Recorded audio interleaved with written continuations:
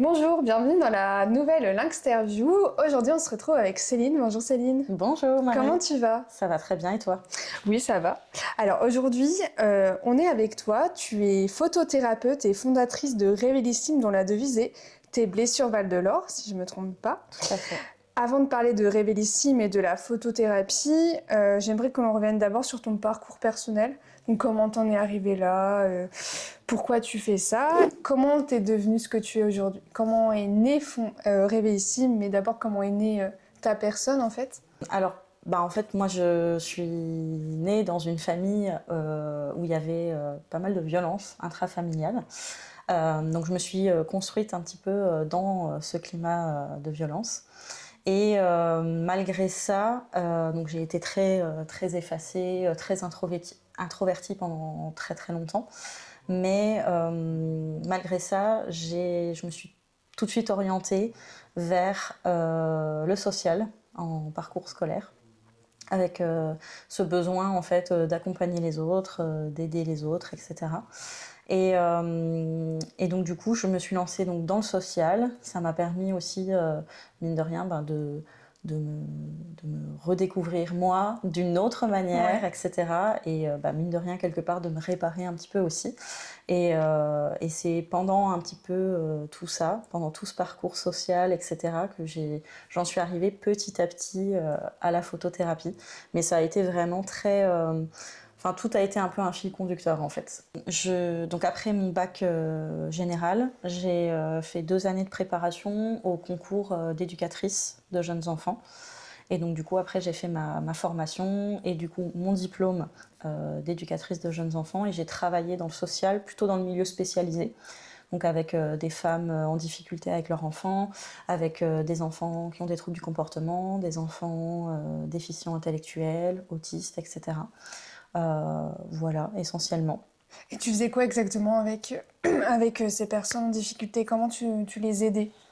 Parce que Bon, c'est pas psychologue en fait. non, du tout. C'est de l'accompagnement social. Donc, on était surtout sur de l'accompagnement au quotidien, Ouais. dans les gestes de la vie quotidienne, dans la gestion des émotions, dans les apprentissages scolaires aussi pour les enfants. Mhm. Voilà. Donc, on était vraiment sur un service de proximité et vraiment de vie quotidienne, de développement des capacités sociales, quotidiennes, etc. T'as eu un déclic pendant ton parcours pour te dire ouais, en fait, j'ai envie de faire de la photo et j'ai envie d'en faire mon métier et notamment d'intégrer dans dans cet aspect photo, cet aspect thérapeutique. Ça a été très progressif aussi de ce côté-là. J'ai commencé à faire de la photo à l'âge de 16 ans. Donc au début, c'était une période très compliquée pour moi. J'étais très timide, très introvertie à cette époque-là. Donc j'ai fait surtout du paysage, des fleurs, etc. Et ensuite, pendant ma formation d'éducatrice, j'ai intégré un atelier photo dans la maison de quartier de là où j'habitais. Et c'est là que j'ai découvert la photo de portrait. Donc déjà, rien que ça a été une révélation pour moi.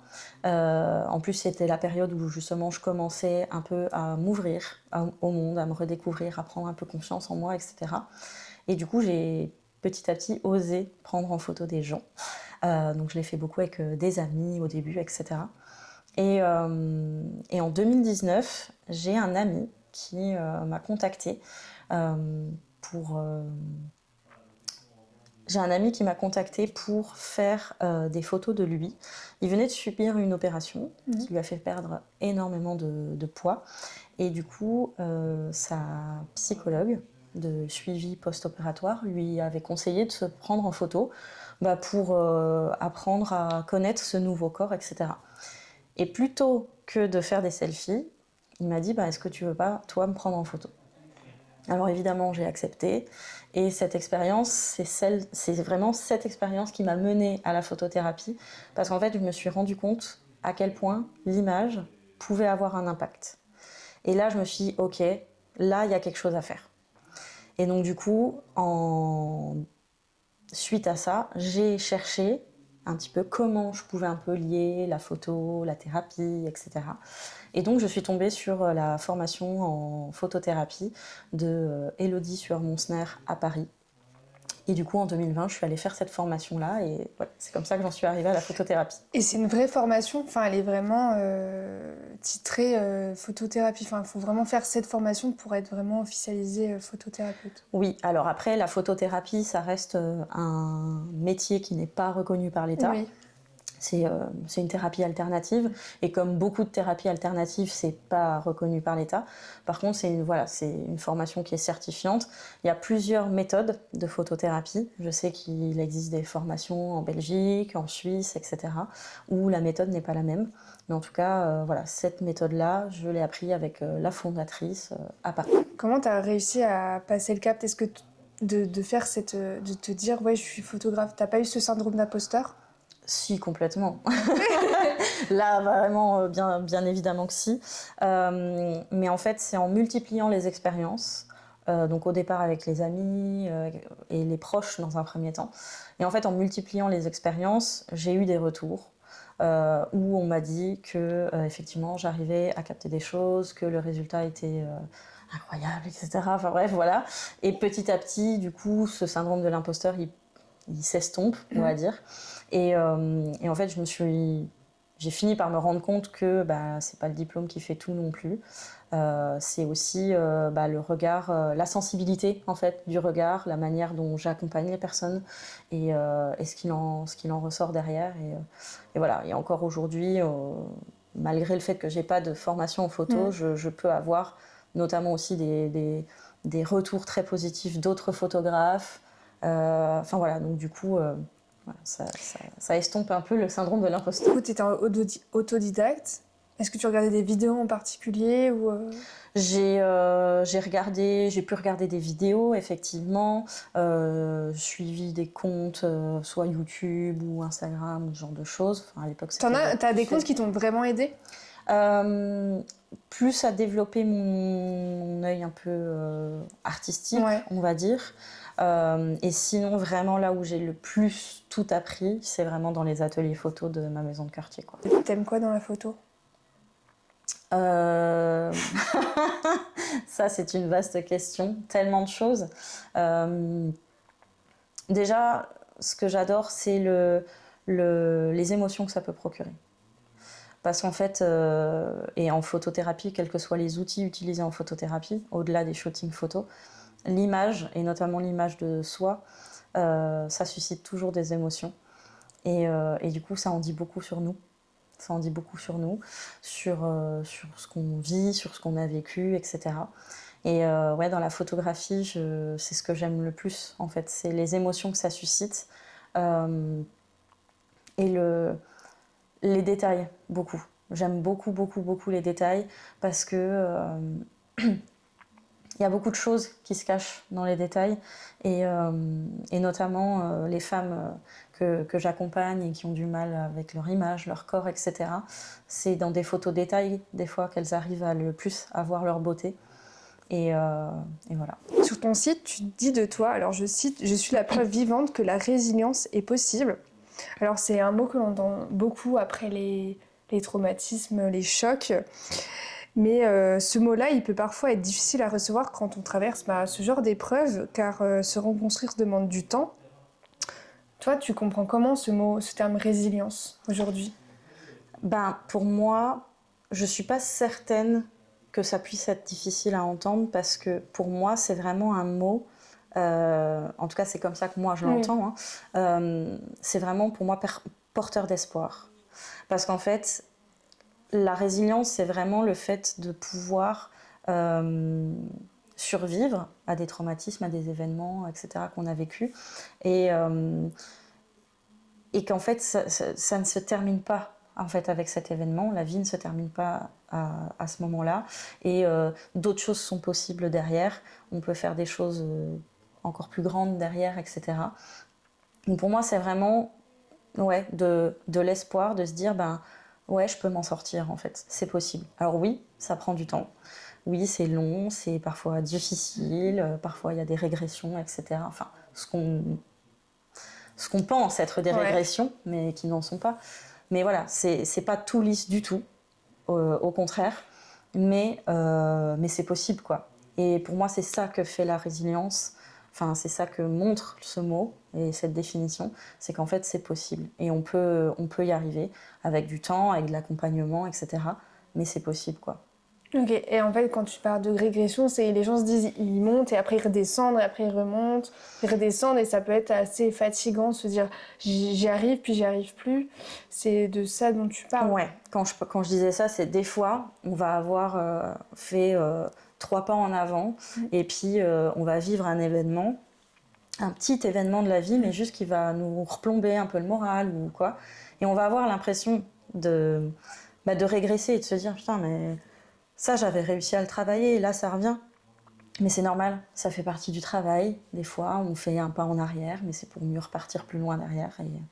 Et voilà. Quand tu parles de régression, c'est les gens se disent ils montent et après ils redescendent et après ils remontent, ils redescendent et ça peut être assez fatigant de se dire j'y arrive puis j'y arrive plus. C'est de ça dont tu parles. Ouais, quand je disais ça, c'est des fois, on va avoir fait 3 pas en avant et puis on va vivre un événement, un petit événement de la vie, mais juste qui va nous replomber un peu le moral ou quoi. Et on va avoir l'impression de régresser et de se dire putain, mais ça, j'avais réussi à le travailler et là, ça revient. Mais c'est normal, ça fait partie du travail. Des fois, on fait un pas en arrière, mais c'est pour mieux repartir plus loin derrière. Et voilà. Maintenant, on va parler de Révélissime, qui est un peu ton bébé, on va Oui. dire. Eh ben, écoute, je te laisse présenter son rôle. Quel est le rôle de Révélissime pour ceux qui ne le connaissent pas? Révélissime, bon, déjà c'est une extension de moi, clairement. En fait, c'est une partie de moi, tout simplement. Et en fait, le rôle de Révélissime, c'est d'accompagner les femmes à se réconcilier avec elles-mêmes. Donc, Que les femmes. Alors, j'ai déjà fait un peu de photothérapie avec les hommes, D'accord. mais j'ai quasiment que des femmes qui viennent me voir. Mais tu ouvres aux hommes. Je peux ouvrir aux hommes, ça c'est pas Ouais. un problème. Je peux proposer quelque chose d'adapté et de différent que ce que je propose aux femmes pour les hommes. Mais voilà, la démarche de venir me voir, c'est quasiment Que des femmes. que des femmes, vraiment. Ok. Donc c'est pour ça que voilà, moi dans ma communication, je m'adresse aux femmes parce que c'est à elles que ça parle et puis parce que c'est elles qui de toute façon viennent me chercher. Donc, Ouais. Et toi, peut-être tu te sens plus à l'aise ou pas? alors, C'est pas une question de ça? c'est pas forcément une question de ça, mais disons que forcément, moi, je les comprends. Parce que Ouais. je suis une femme aussi, parce que souvent, ce qu'elles traversent, je l'ai traversé aussi. Et donc, forcément, en fait, j'attire à moi des personnes qui résonnent en fait avec ma propre histoire, avec ce que j'ai vécu. Donc, c'est pour ça qu'en fait, j'attire des femmes, tout simplement. Parce qu'en fait, on se comprend et je peux les accompagner au mieux par rapport à ça, en fait. Que fais-tu avec Révélissime, du coup? Eh ben, en fait, moi, j'accompagne les femmes. Donc, j'ai créé un accompagnement sur 4 mois qui est basé sur 3 piliers, donc l'introspection, la confrontation et la réconciliation. Donc en fait, le but de cet accompagnement, c'est avec divers outils, dont un shooting photo, mais plein d'autres outils aussi, c'est de les accompagner à faire une introspection de leur histoire et de leur passé, qui tout simplement vient déterminer en fait leur image d'elles-mêmes, leur rapport à leur corps aujourd'hui, etc. Tout ça vient de l'histoire. Et une fois que tout ça c'est compris, on va se confronter à son image. Donc via tous les outils à notre disposition et de se confronter avec bienveillance, bien évidemment, pour ensuite venir se réconcilier avec son corps, avec son image, le comprendre, comprendre son corps, comprendre ses messages, et pouvoir voir son corps comme un allié et plus comme un ennemi, et pouvoir ensuite du coup se réconcilier avec soi-même de manière un peu plus large. Les femmes, elles viennent souvent avec cette image fausse d'elle-même. Qu'est-ce qui fait qu'une femme aujourd'hui, elle aime pas son corps ou elle n'arrive pas à l'accepter? C'est quoi les principales causes de ce mal-être? Est-ce qu'il y a un agrégore? Oui, voilà, un agrégore commun Ouais. à toutes ces femmes? Alors, il y en a un qui est très vaste et qui est très large, mais qui est malheureusement vrai, c'est la violence. Et quand je parle de violence, c'est que en fait, rien que du fait d'être une femme, euh, les femmes vivent de la violence. Moi, je connais, enfin, toutes les femmes que j'accompagne et toutes les femmes que je connais ont vécu de la violence, et que ce soit physique, psychologique, sexuelle, sociétale, juste par la société, en fait. Et en fait, c'est des violences en fait qui amènent à un moment donné à douter de soi, de sa valeur, de son corps, euh, de, enfin, qui mettent en péril la confiance, etc. Et quand je dis violence au sens large, c'est que vraiment, je peux avoir des femmes qui viennent me voir parce qu'elles ont vécu de la violence, par exemple conjugale ou familiale ou sexuelle, etc. Donc vraiment de la violence Physique. vraiment avérée. Enfin, Physique et psychique. voilà. Mais je peux avoir aussi des femmes qui, tout simplement, ont grandi avec des modèles dans la société qui ont été violents pour elles, ou juste des remarques par-ci par-là sur leur corps. On n'est pas sur de la violence telle qu'on l'entend quand on parle de violence, mais ça en est quand même. Et en fait, le point commun de toutes les femmes que j'accompagne, c'est ça, en fait. C'est qu'à un moment donné, elles ont vécu une violence, ou plusieurs, quelle que soit sa forme, et qui a amené à un moment donné à douter d'elles, de leur corps, etc. Tout à l'heure, tu parlais d'un programme. Est-ce que tu peux l'expliquer davantage, dire quelles sont les actions concrètes que va faire Révélissime? Alors en fait, dans cet accompagnement de 4 mois, il y a autant de l'accompagnement individuel que de l'accompagnement collectif. Et ça, je me suis rendu compte que c'est hyper important, en fait. Pour le côté collectif, en fait, il y a des cercles de parole qui ont lieu tous les 15 jours, où toutes les femmes accompagnées en même temps, enfin au même moment, se réunissent avec moi pour parler de divers sujets, utiliser divers outils, etc. Et ça, je l'ai intégré dans cet accompagnement parce qu'en fait, je me suis rendu compte que la force de la sororité, elle était incroyable dans un parcours de reconstruction. De ne pas se sentir seule, de se sentir proche et sur la même longueur d'onde que des personnes en fait, qui vivent la même chose. En fait. Elles sont avec d'autres femmes qui ont les mêmes problématiques, qui ont parfois des histoires similaires, etc. Mais en tout cas, qui sont sur le même chemin. Et ça permet de se sentir moins seul, de se sentir épaulé, et ça, c'est hyper précieux. Il y a également donc, tout le suivi individuel, donc, où il y a des rendez-vous individuels avec chaque femme accompagnée, où on va utiliser tous les outils de la photothérapie. Et il y a également des ressources sous forme de vidéos à réaliser, enfin à regarder et à faire les exercices associés de manière autonome. Donc en fait, c'est vraiment un accompagnement avec vraiment plusieurs facettes que j'ai vraiment pensé pour être le plus complet possible. Il y a de l'autonomie, il y a du collectif, il y a de l'individuel, il y a un shooting photo qui est inclus aussi. Et en fait, ça permet vraiment de pouvoir balayer beaucoup de choses, beaucoup de thèmes, beaucoup de sujets et de bénéficier en fait de tous les aspects qui peuvent aider à avancer. Les shootings photothérapeutiques que je réalise, je les ai ajoutés entre guillemets à la méthode que j'ai apprise et pour proposer quelque chose de très complet. Mais la méthode que j'ai apprise, il n'y a pas de shooting photo dedans normalement. Est-ce que tu peux expliquer ton slogan, TB sur Val de l'Or? Oui. Alors en fait, ma source d'inspiration pour notamment la résilience et puis mon travail, c'est l'art ancestral japonais du kintsugi. D'accord. Donc en fait, c'est un art qui consistait à l'époque à réparer les porcelaines, les vases, etc. brisés avec de l'or. Ok.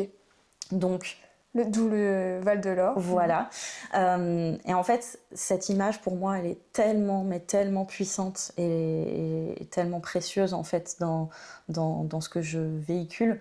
Parce qu'en fait, ce qui a été brisé, une fois que ça a été réparé avec de l'or, bah déjà, ça a encore plus de valeur. En fait, le vase qui a été brisé au début, eh ben, une fois réparé, il est encore plus précieux qu'avant.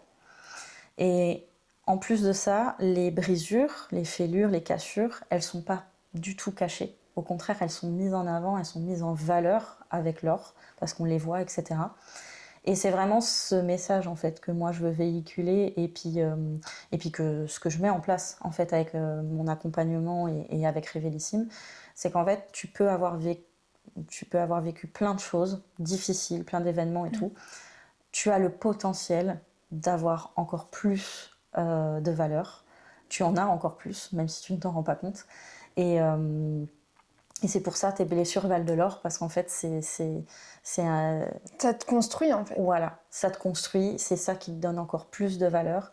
Bien évidemment, si tu apprends à vivre avec, à les voir autrement, et puis à ne pas te laisser envahir par les émotions qu'elles ont pu susciter.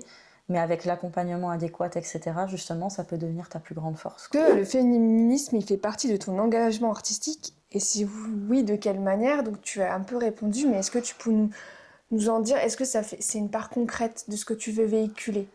Alors oui, très clairement. Le féminisme fait partie de mon engagement artistique, thérapeutique, personnel, tout. Je suis féministe, bien évidemment.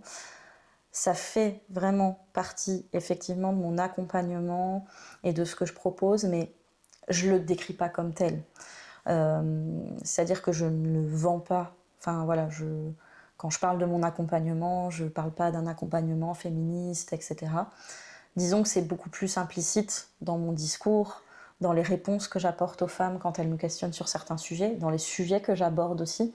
Je te parlais des vidéos tout à l'heure. Voilà, il y a une vidéo dédiée aux injonctions de la société notamment.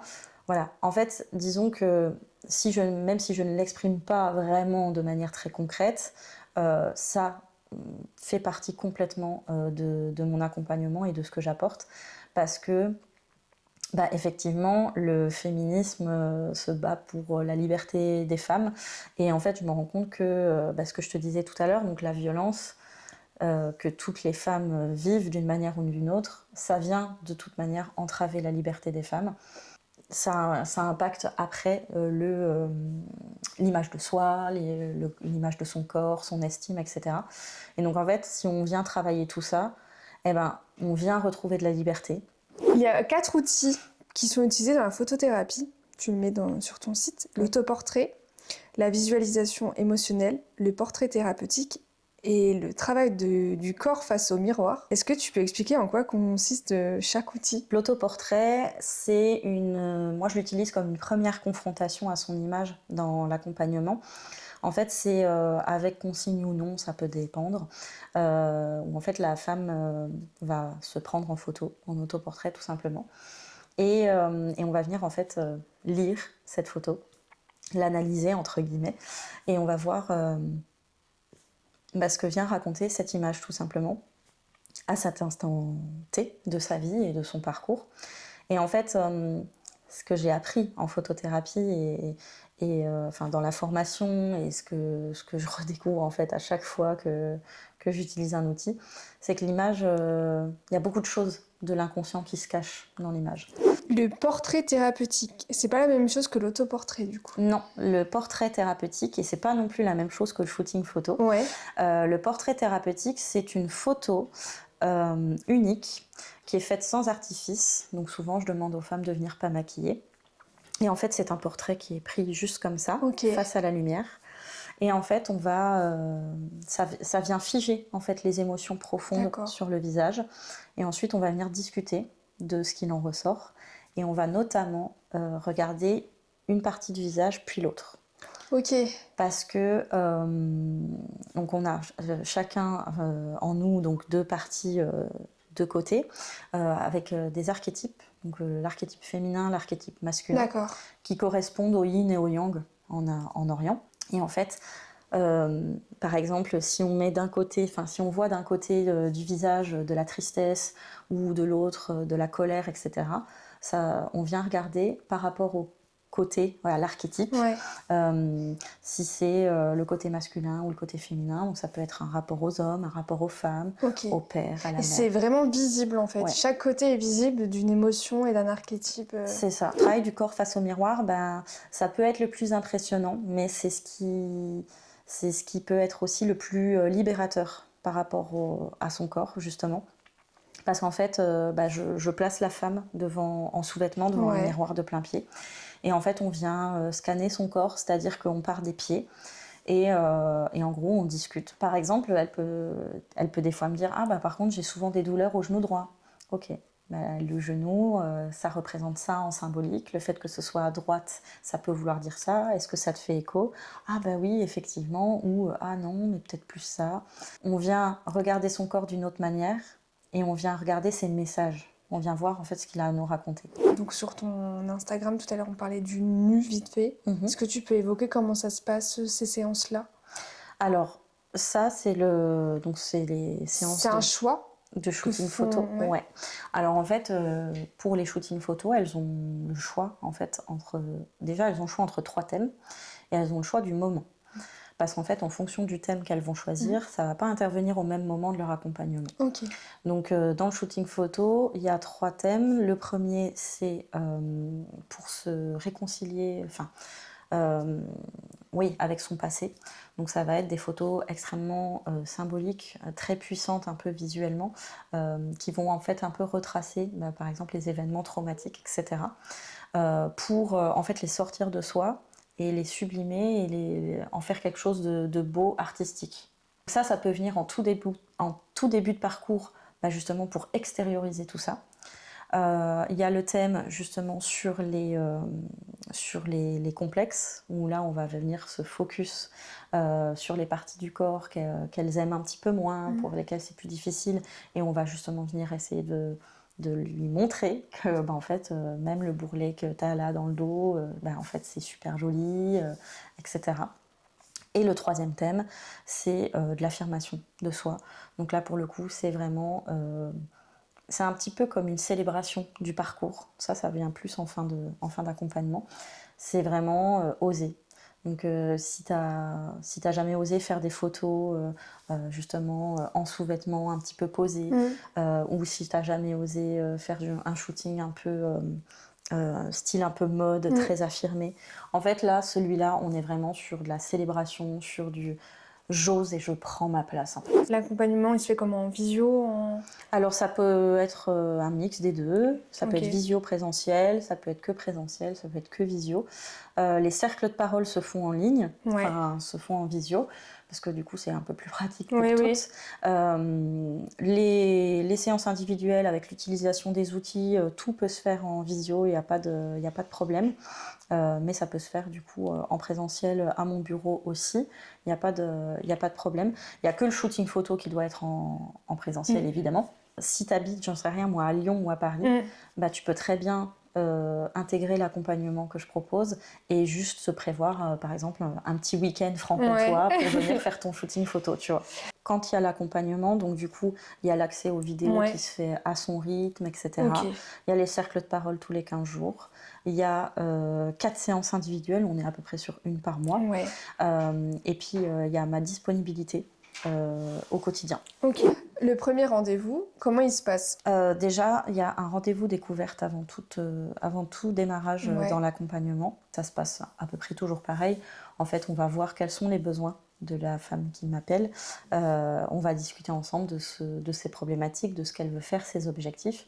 Et moi, je vais voir si l'accompagnement est adapté ou pas, ou si je peux lui proposer autre chose ou pas du tout. Aucune séance ne se ressemble. D'accord. Tu veux dire quand tu les appelles ou quand tu les vois? Alors c'est surtout elles qui m'appellent aux besoins, donc ça va vraiment dépendre de leurs besoins à l'instant T, etc. Et parce qu'il y a énormément d'échanges en fait, énormément d'échanges, de discussions. Oui, elles souscrivent à l'abonnement et après c'est elles qui décident quand t'appeler ou quand te voir. C'est ça. Et en fait, dans les vidéos aussi que je propose, elles suivent le fil des vidéos. Et il y a des moments où je les invite à prendre leur rendez-vous avec moi. Il y a une rencontre ou une séance qui t'a particulièrement marqué, que t'aimerais raconter aujourd'hui? Il y en a eu une dernièrement, justement, avec une femme que j'accompagne en ce moment. où c'était son rendez-vous du portrait thérapeutique, justement. Donc on a fait sa photo, on a regardé sur l'ordinateur son image, son portrait, on a scindé son visage en deux pour regarder. Et en fait, donc c'est une femme qui avait déjà bien travaillé sur elle-même et sur son passé et certains événements traumatiques, et notamment un en particulier. Et en fait, il se trouve qu'il est ressorti encore sur cette photo. Donc ça a suscité beaucoup d'émotions parce que cet événement, elle pensait quand même que c'était un petit peu derrière elle, elle avait déjà beaucoup travaillé dessus. Donc de voir que ça avait encore un impact aujourd'hui dans sa vie, ça a été assez difficile. Elle m'a avoué qu'effectivement, cet événement-là, elle avait travaillé dessus pendant longtemps, ça faisait 10 ans qu'elle travaillait dessus quand même, mais pour autant, ses proches n'étaient pas au courant de cet événement. Et en fait, de le revoir là et tout, elle s'est dit, mais en fait, c'est juste plus possible. Et elle m'a envoyé un message, je sais pas, 3 jours après cette séance. Et en fait, elle a parlé de cet événement et elle a raconté ce qui s'était passé à ses proches, chose qu'elle n'avait jamais fait. Et en fait, elle s'est sentie, du coup, libérée de l'avoir fait. Et en fait, c'est en ça que je trouve que, notamment, cet outil est très puissant parce que il se passe des choses pendant la séance. Et ça, c'est avec tous les outils. Mais il se passe des choses pendant la séance, des prises de conscience, des choses comme ça. Et ensuite, ça va résonner, ça va rayonner après, des jours, des semaines après. Et en fait, ça va se voir littéralement sur la vie au quotidien, en fait. Tous ces portraits que tu prends, toutes ces photos que tu prends, est-ce que tu les postes sur Instagram directement? Tu demandes l'avis, comment ça se passe? Tu choisis, c'est elle qui décide?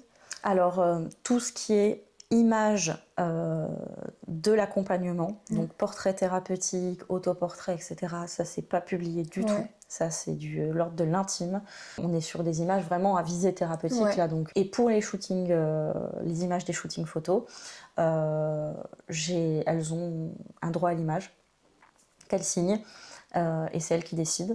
Donc, soit elles acceptent d'être publiées à visage découvert ou autre, soit c'est pas possible pour elles, et là c'est ok, et je ne peux du coup publier que les photos où elles ne sont pas reconnaissables. Quels sont les futurs projets pour Réveillissime? Qu'est-ce que tu aimerais aujourd'hui? J'ai plusieurs projets en tête. Là je suis en train de commencer à réfléchir à l'organisation de journées ou de week-ends un petit peu axé bien-être, style un peu retraite. Ça j'aimerais beaucoup, avec d'autres praticiens du bien-être. Et j'aimerais aussi beaucoup continuer les projets en institution et en association avec des publics en difficulté, comme j'ai pu le faire jusqu'à maintenant, mais j'aimerais vraiment le développer encore plus. On peut te retrouver sur Instagram sous le nom de Réveillissime. C'est ça, ou sur mon site internet réveillissime.fr. Que dirais-tu à une personne qui hésite à franchir le pas ou qui n'ose pas te contacter? De franchir le pas, de prendre un rendez-vous découverte. Vraiment, alors déjà, c'est totalement gratuit, le rendez-vous découverte. Et il est là justement pour déterminer si ce que je propose est nécessaire, est adapté. L'objectif, c'est juste de voir, admettons, tu viens me voir, on va discuter de tes objectifs, tes problématiques, ce que tu recherches. Et du coup, on va voir si mon accompagnement est adapté. S'il ne l'est pas, est-ce que je peux te proposer une alternative? Ou si pas du tout, et si pas du tout, est-ce que je t'oriente, est-ce que machin. Et en fait, c'est vraiment, pour moi déjà, c'est un non négociable. Je commence pas d'accompagnement sans faire ce rendez-vous. Parce qu'au moins, toi, tu peux voir si ce que je propose peut être adapté. Moi aussi, parce que le but, c'est pas que je te propose quelque chose d'inadapté, c'est pas le but. Et surtout, le plus important, ça te permet de voir en fait si le feeling il passe avec moi.